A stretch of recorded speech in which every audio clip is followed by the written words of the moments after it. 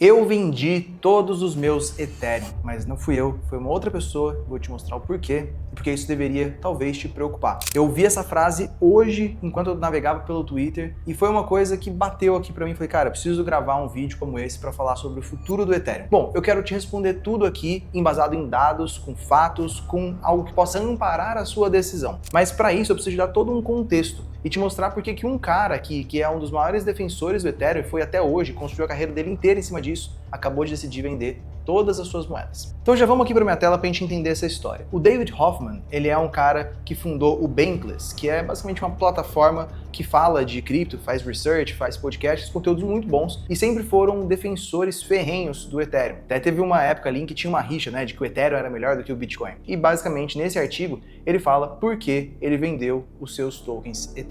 E aí que entra o ponto. Conforme a gente vê cada vez mais players relevantes no mercado se desfazendo das suas posições, não só um cara como esse que sempre defendeu o Ethereum, como o próprio Vitalik, o criador do Ethereum e membros da Ethereum Foundation, vendendo seus tokens, isso deveria pelo menos ligar um sinal de alerta e a gente deveria se aprofundar, investigar no que está acontecendo. Eu vou te trazer alguns dados, algumas análises mais técnicas aqui de preço e do que está acontecendo neste momento, mas eu quero te dar a história completa para que você possa tomar uma boa decisão. Se você não me conhece ainda, inclusive, deixa eu só me apresentar, eu sou o Vinícius Bazan, eu sou CEO e fundador da Underblock, que é uma empresa brasileira que faz research, análise em cripto e busca te trazer as melhores atualizações, insights, análises para você tomar boas decisões nesse mercado. Se você ainda não acompanha a gente, já se inscreve aqui no canal para você receber os próximos vídeos, está recheado de coisas interessantes por aqui que a gente publica toda semana. Toda terça tem live e toda quinta tem vídeo aqui no canal para te ajudar a investir melhor, inclusive com análises como essa. E se esse vídeo for útil para você, depois dá um joinha, deixa seu comentário, deixa eu saber o que foi mais legal para você e como eu posso seguir te ajudando. Mas vamos lá, aqui olhando para o Ethereum, a gente vai ver aqui, estou tendo um gráfico semanal, né? Ou seja, cada barrinha dessa é uma semana,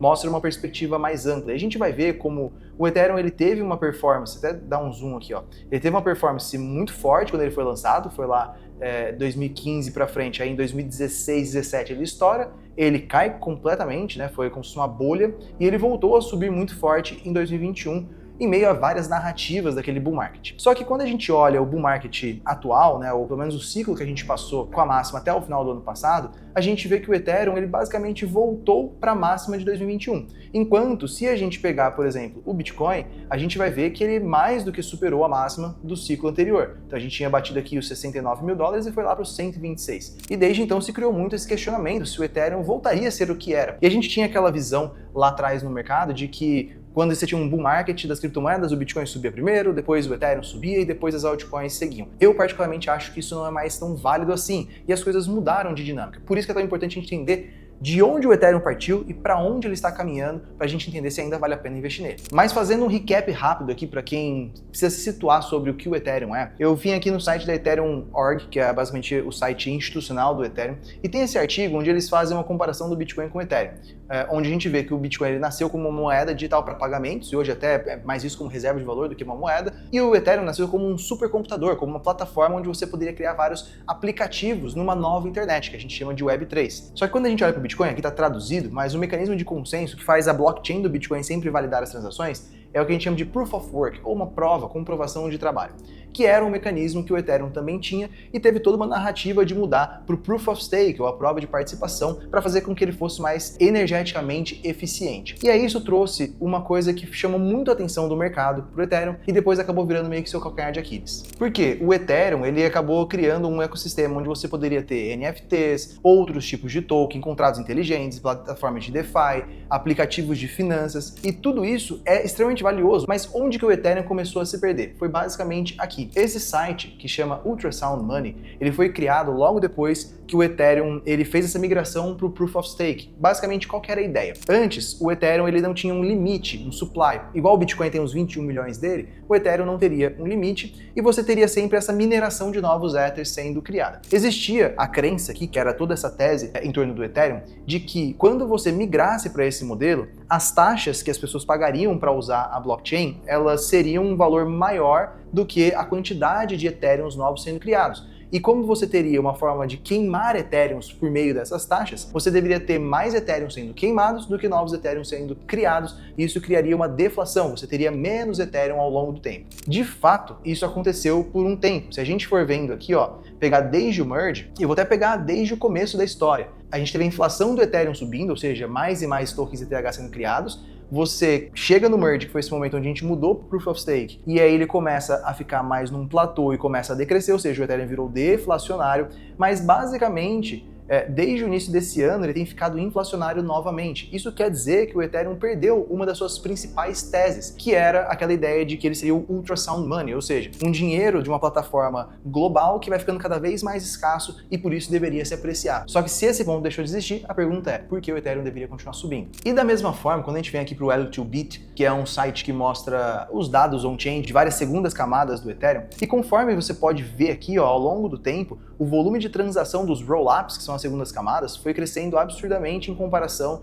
com o Ethereum. Se a gente pegar hoje, por exemplo, a gente tem 108 milhões de transações realizadas dentro dos rollups e só 2 milhões no Ethereum. Então aconteceram duas coisas. As Layer 2 começaram a trazer muito mais transações para elas, tirando tração do Ethereum, e o próprio Ethereum passou a ter atualizações que deixaram as taxas muito mais baixas, o que é ótimo para o usuário, mas bagunçou toda a estrutura, toda a dinâmica do ativo. A gente pode ver isso aqui pelo DeFi Llama, onde a gente vê o TVL do Ethereum, que ele cresceu muito lá em 2021, ele caiu e ele até começou a se recuperar nesse bull market, mas volta a ficar baixo, mas o principal tá aqui, ó, Chain Fees, as taxas geradas na rede. Você vê que como você tinha uso com taxas altas por transação, as taxas eram bem altas em 2021 e 2022. E elas até se mantiveram num patamar ok, por exemplo, aqui nesse pico de 24, conforme ainda tinha muito uso do Ethereum. Mas olha como elas vão ficando cada vez menores e quase zeradas agora. Se não tem taxas sendo geradas no Ethereum, você não faz um Ethereum ser deflacionário e você cria todo esse problema. E antes de eu te falar sobre um ponto que talvez seja a principal bandeira vermelha aqui para o Ethereum, eu quero te mostrar uma outra coisa que é interessante. Essa plataforma que você está vendo aqui na tela é a plataforma que eu estou preparando para lançá-lo muito em breve. A gente vai abrir isso aqui oficialmente no dia 15 de junho, vai ser uma segunda-feira,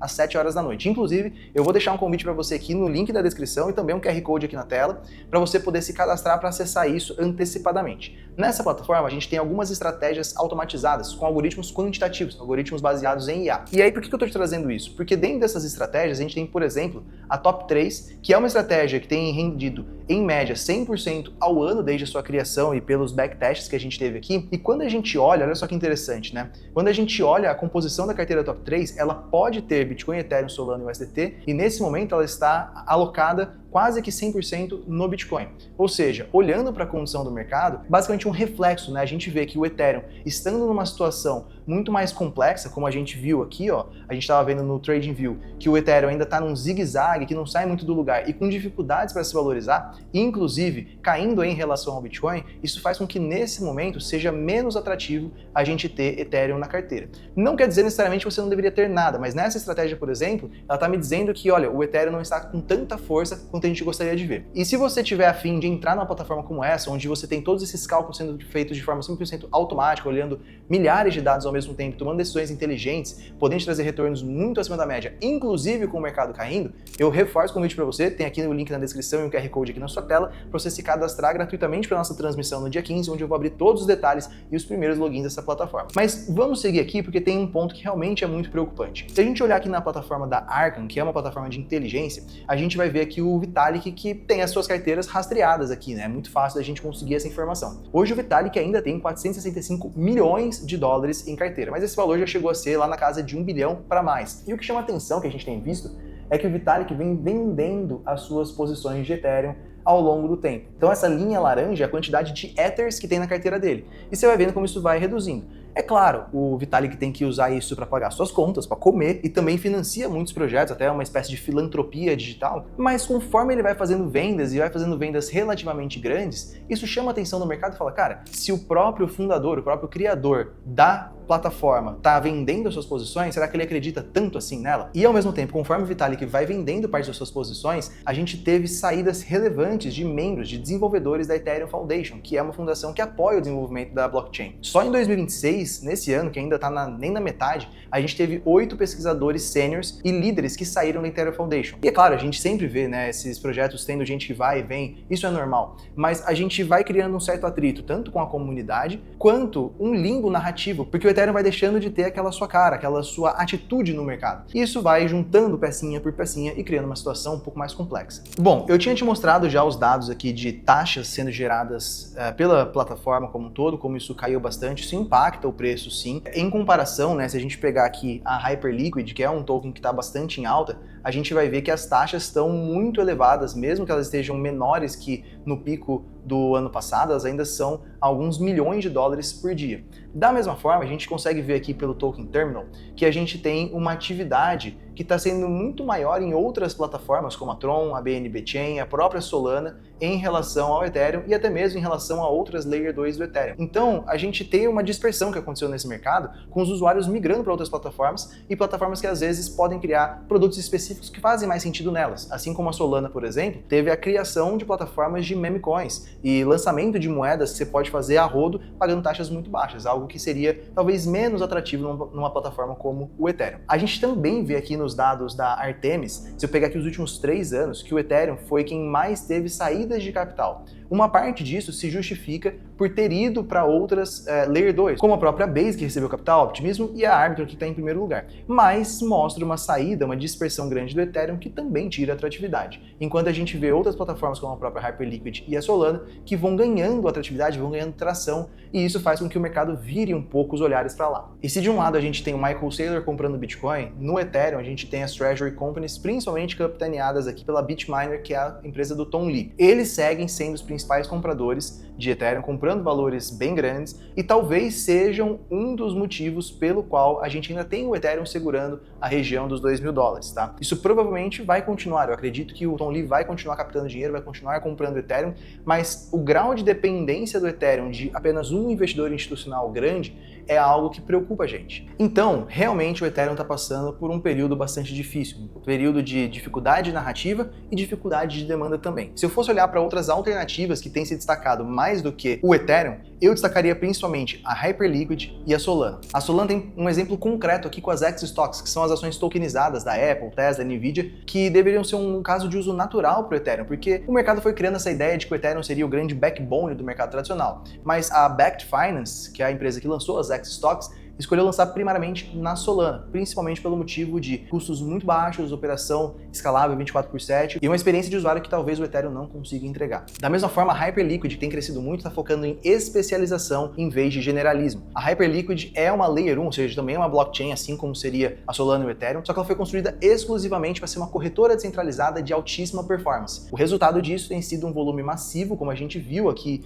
no DeFi Llama, com uma comunidade muito engajada, ganhos percentuais do token hype que superam em larga margem o Ethereum, e o mercado está premiando isso, a gente pode ver justamente pelo preço do token. Então fica a pergunta, ainda vale a pena investir em Ethereum? O Ethereum, ele tem perdido sim essa atratividade, essa narrativa, ele tem sido prejudicado no preço, mas ele é um dos ativos mais antigos desse mercado e a gente tem aquela visão de que quanto mais tempo algo existiu, mais tempo deve continuar existindo. Ele vai continuar sendo extremamente relevante e tem toda a capacidade de superar esses problemas, se reinventar e passar a ser ainda mais relevante do que ele é hoje. Porém, o caminho ele é tortuoso. Então a minha visão como um investidor é, eu vou ter uma posição pequena, eu não vou necessariamente vender todos os meus Ethereums, como foi o caso do David Hoffman, mas eu vou ter uma posição pequenininha para que eu não fique com um custo de oportunidade que eu poderia estar carregando um outro ativo melhor nesse momento, mas deixando uma posição de longo prazo. Se o jogo mudar, se o cenário mudar, e ele muda sempre, ele pode mudar muito rápido, eu volto a adicionar mais Ethereum na minha carteira. Essa é a visão que eu tenho para tudo que eu invisto e a visão que eu tenho colocado também nos meus investimentos de Ethereum. Mas eu queria saber de você, se você ainda tem Ethereum na sua carteira, qual é a sua opinião sobre o ativo, me conta aqui embaixo nos comentários para eu saber e para a gente abrir esse debate. Inclusive, se você quer saber sobre outras altcoins, manda aqui também. E se você gostou desse vídeo, deixa o joinha aqui para eu saber, para a gente impulsionar esse vídeo para mais pessoas, se inscreve no canal e eu te vejo na semana que vem. Lembrando que terça-feira tem live.